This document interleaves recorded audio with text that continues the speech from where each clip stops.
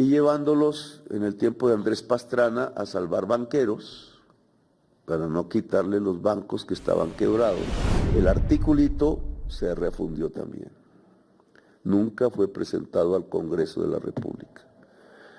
Y entre los miedos de enfrentar una burocracia privatizadora, entonces llevamos 2 años en donde el programa está detenido.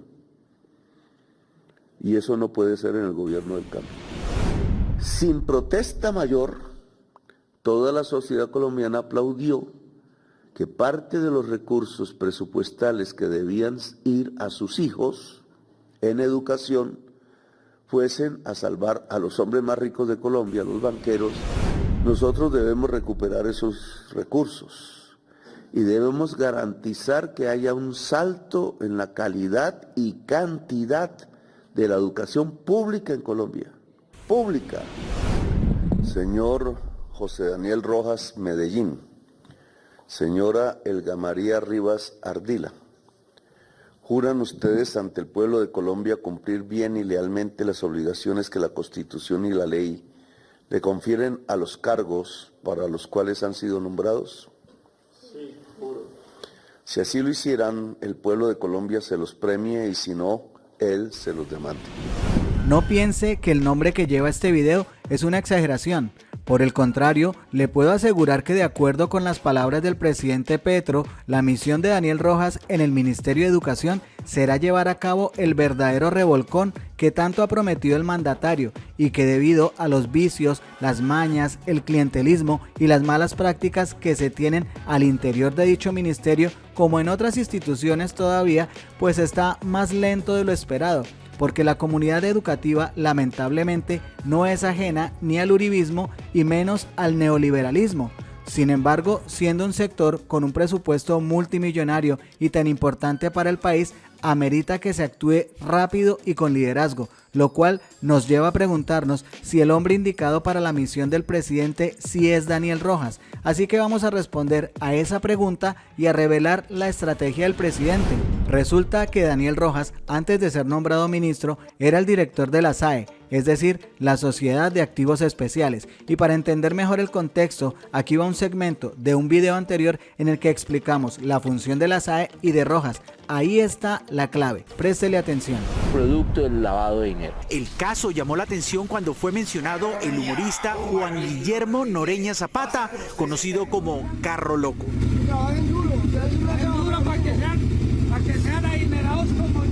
Noreña Zapata, según la investigación, sería parte de la organización y no solo un testaferro. 4 de sus bienes avaluados en más de 10.000 millones de pesos fueron ocupados. Una finca ubicada en Fusagasugá, Cundinamarca, 2 apartamentos, un parqueadero y un depósito en Bogotá. En el departamento del Valle del Cauca, en los municipios de Jamundí, Palmira, Tuluá, Yotoco y Santiago de Cali, se realiza en coordinación con la Fiscalía General de la Nación, tropas del Comando Conjunto número 2, Armada Nacional, Ejército Nacional, una operación de apoyo en seguridad a extinción de dominio a una organización narcotraficante por un valor superior a los 10.000 millones de pesos. Esta operación fue posible debido a las labores de inteligencia realizadas sobre una organización narcotraficante liderada por el sujeto alias El Ingeniero, quien fue capturado en el año 2023 por los delitos relacionados al narcotráfico.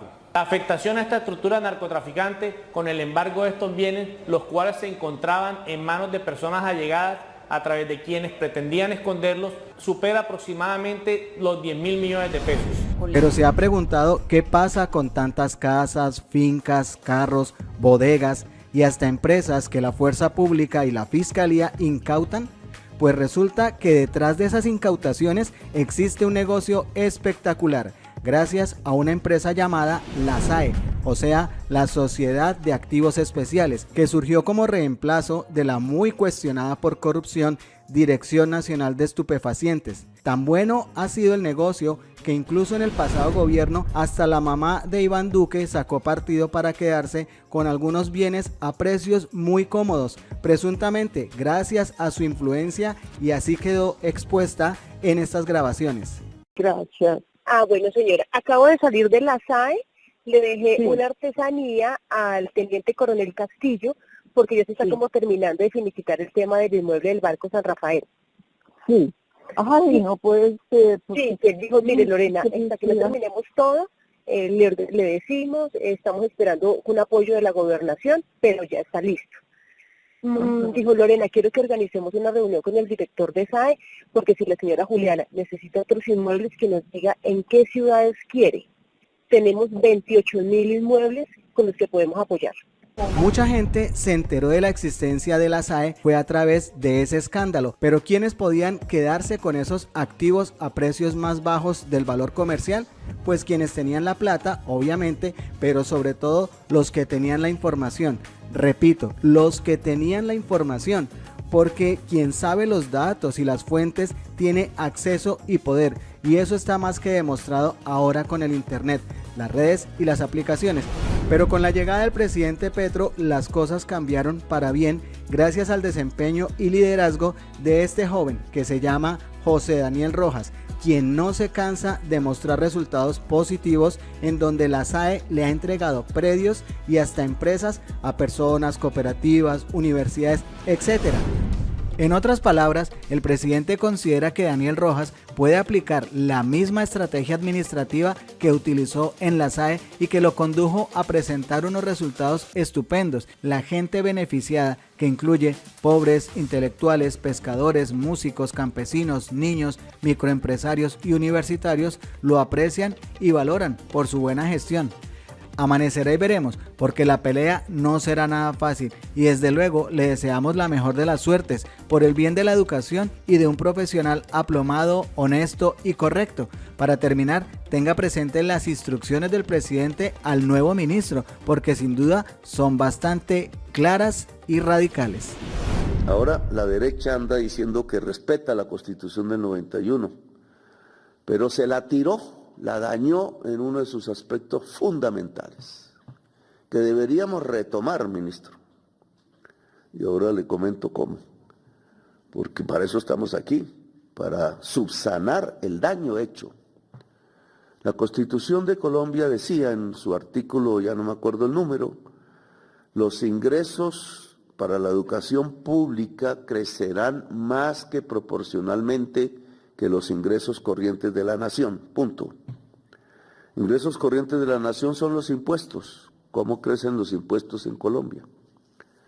En general, esos son ingresos corrientes. Crecen algo cada año. Cuando hay reformas tributarias dan unos saltos, pero el presupuesto de la educación pública, ni el que se descentraliza en municipios, ni en el que participa la nación, crecen ahora más rápidamente que esos impuestos. Es decir, ya no es cierto que un porcentaje cada vez más alto de los impuestos de los colombianos y colombianas se dedica a la educación pública. Eso quería la Constitución del 91 y la constituyente. Y me parece que era una razón sabia, no solo válida, sino sabia, porque es como una familia que le crece el salario a la mamá y al papá, y entonces no deciden gastarlo en cerveza, sino en una mejor educación para sus hijos. Es una papá y una mamá que están pensando en el futuro de sus hijos y en lo más inteligente que es dar una buena educación. De esto sabe la mayoría de las familias de Colombia. Sin embargo, el Estado, comportándose como un padre y una madre, en lugar de tomar este principio, hizo dos reformas sobre la Constitución del 91, quitándole los recursos al crecimiento financiero de la educación pública y llevándolos en el tiempo de Andrés Pastrana a salvar banqueros, para no quitarle los bancos que estaban quebrados en una crisis financiera que hubo en el 98, y después de manera permanente Álvaro Uribe, que decidió que se recortaban los recursos de la educación para llevarlos al Ministerio de Defensa con el fin de comprar armas y adelantar una guerra que le escuché a Goebbels en alguna conferencia que veo ahora por internet en el día de hoy, que llamaba él la guerra total. Muy sintomático el tema. Nosotros hablamos de paz total, Goebbels hablaba de guerra total, y Goebbels le proponía a la sociedad alemana dedicar el máximo de la prioridad a esa guerra. Goebbels era el jefe de comunicaciones de Hitler, de los nazis. Y entonces hoy lo que hemos concluido es que algo parecido se hizo en Colombia.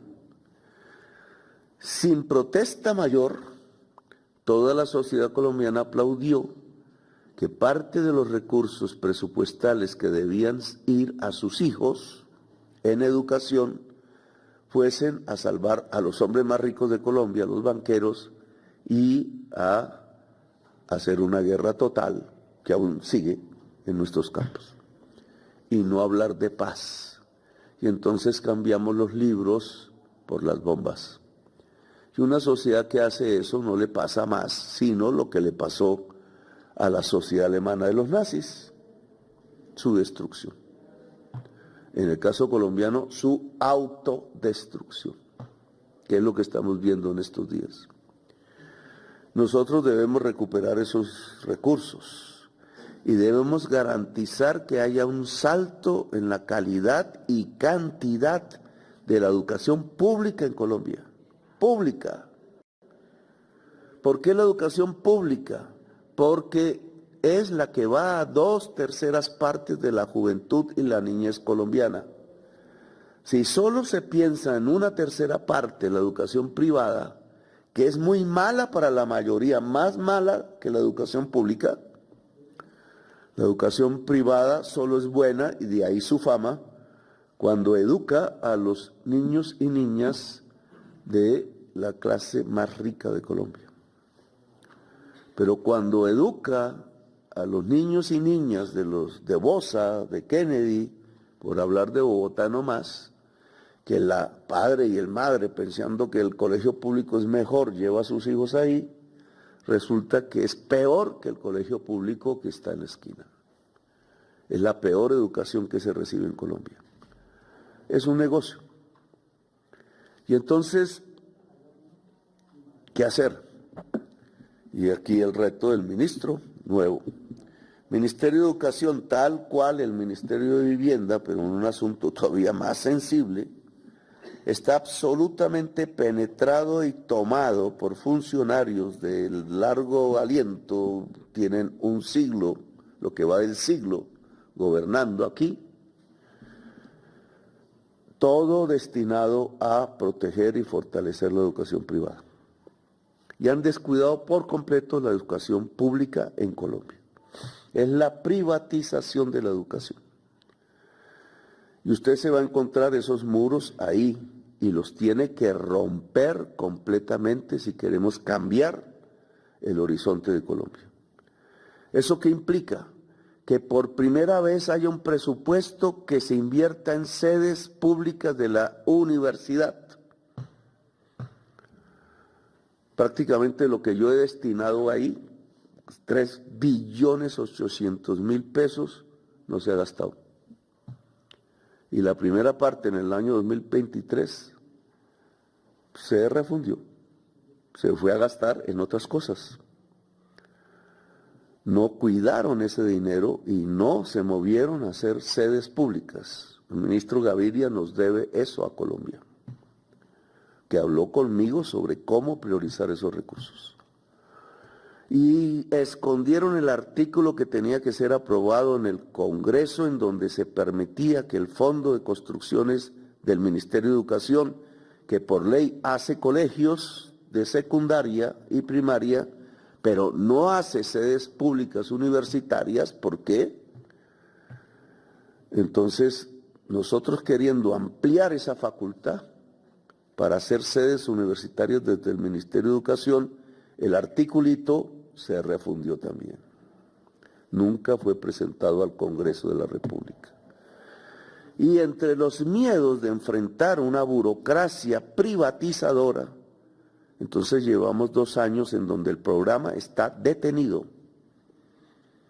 Y eso no puede ser en el gobierno del cambio. Entonces usted tiene la misión central de lograr en el poco tiempo que nos queda que haya un resurgir de la gratuidad de la educación pública superior y de la cobertura de la educación pública superior. Yo me alargo en esto, pero es que toca. Acaba de suicidarse una niña, una joven, de una universidad privada muy prestigiosa en Colombia, la Universidad Javeriana, que siendo residente, allá tiene su propia clínica privada muy buena.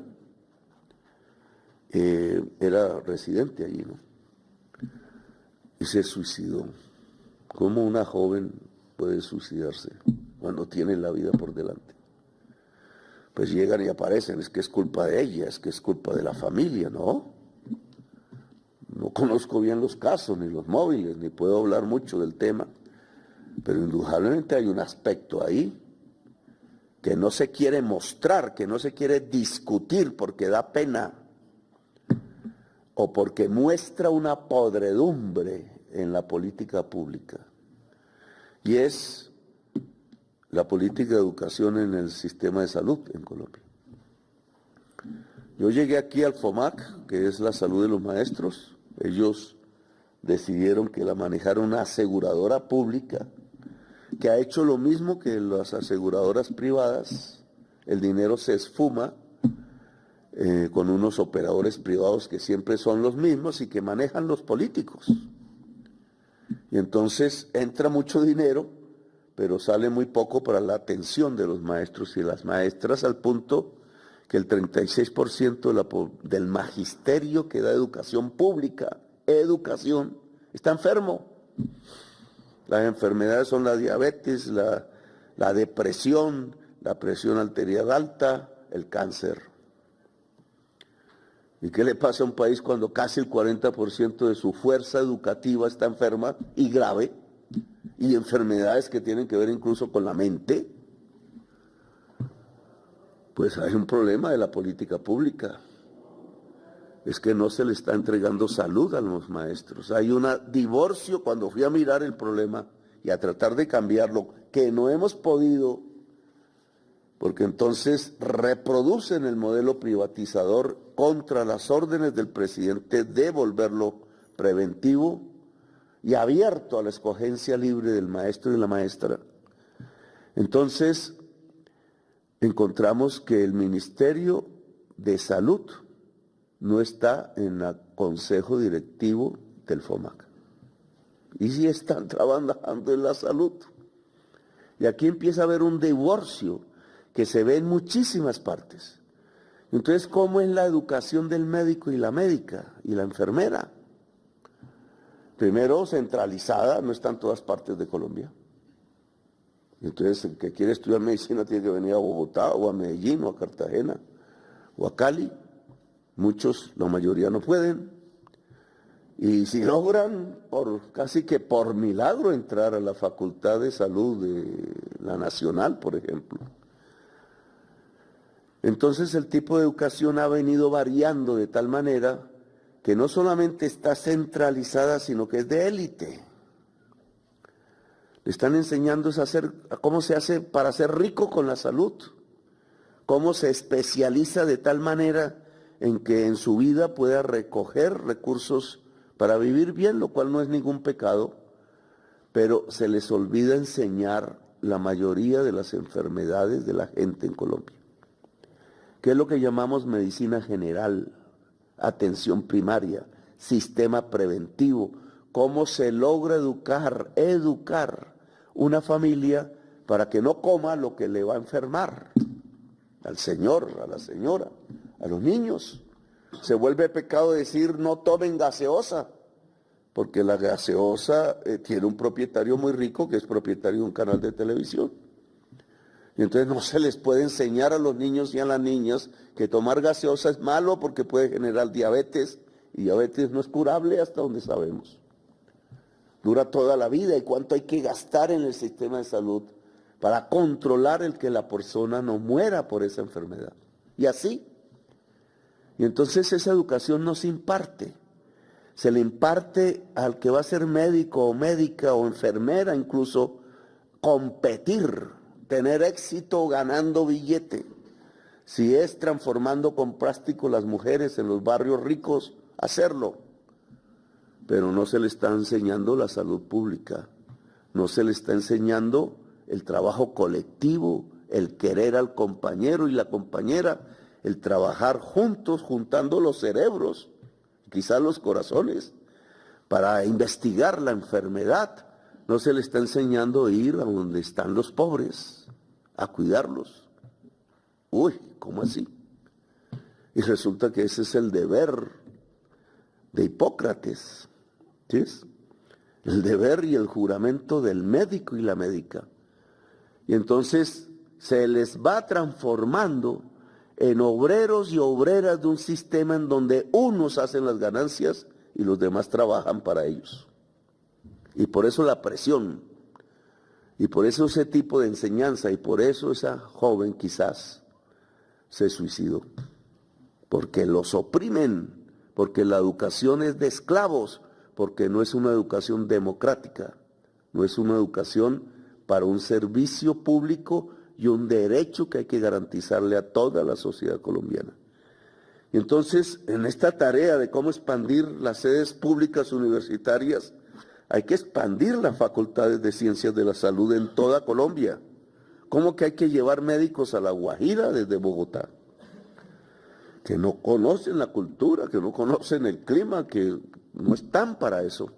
En vez de educar indígenas guayú y guajiros y guajiras en la medicina, en la enfermería, en las ciencias de la salud. ¿Por qué no hacerlo en todos los rincones de Colombia? Que tendríamos entonces una mejor salud y quizás un derecho garantizado. Si Colombia no llega a las fronteras del saber, no es sociedad. Se autodestruye en la violencia y en la barbarie. El camino para la riqueza general de la sociedad, no para unos pocos. El camino para desarrollarse como sociedad es el camino de la educación. Y esa educación tiene que llegar con calidad a todos los rincones de Colombia y a cada persona. Eso es lo que nos hace improductivos, eso es lo que nos hace pobres, es lo que nos hace desiguales y nos hace violentos. La mala educación, que es una responsabilidad del Estado, o sea, de nosotros. Y entonces, he aquí los retos, entre otros, que tiene el nuevo ministro de Educación, que romper dentro de su ministerio y que quizás romper dentro de la sociedad colombiana. Bueno, me alargué mucho, entonces gracias por haberme escuchado, muy amables, felicitaciones a todas y todos. Gracias por hacer parte de la comunidad Magenta Radio. Si te gustó el video, por favor compártelo, comenta y por supuesto darle like. Nos vemos en el siguiente video.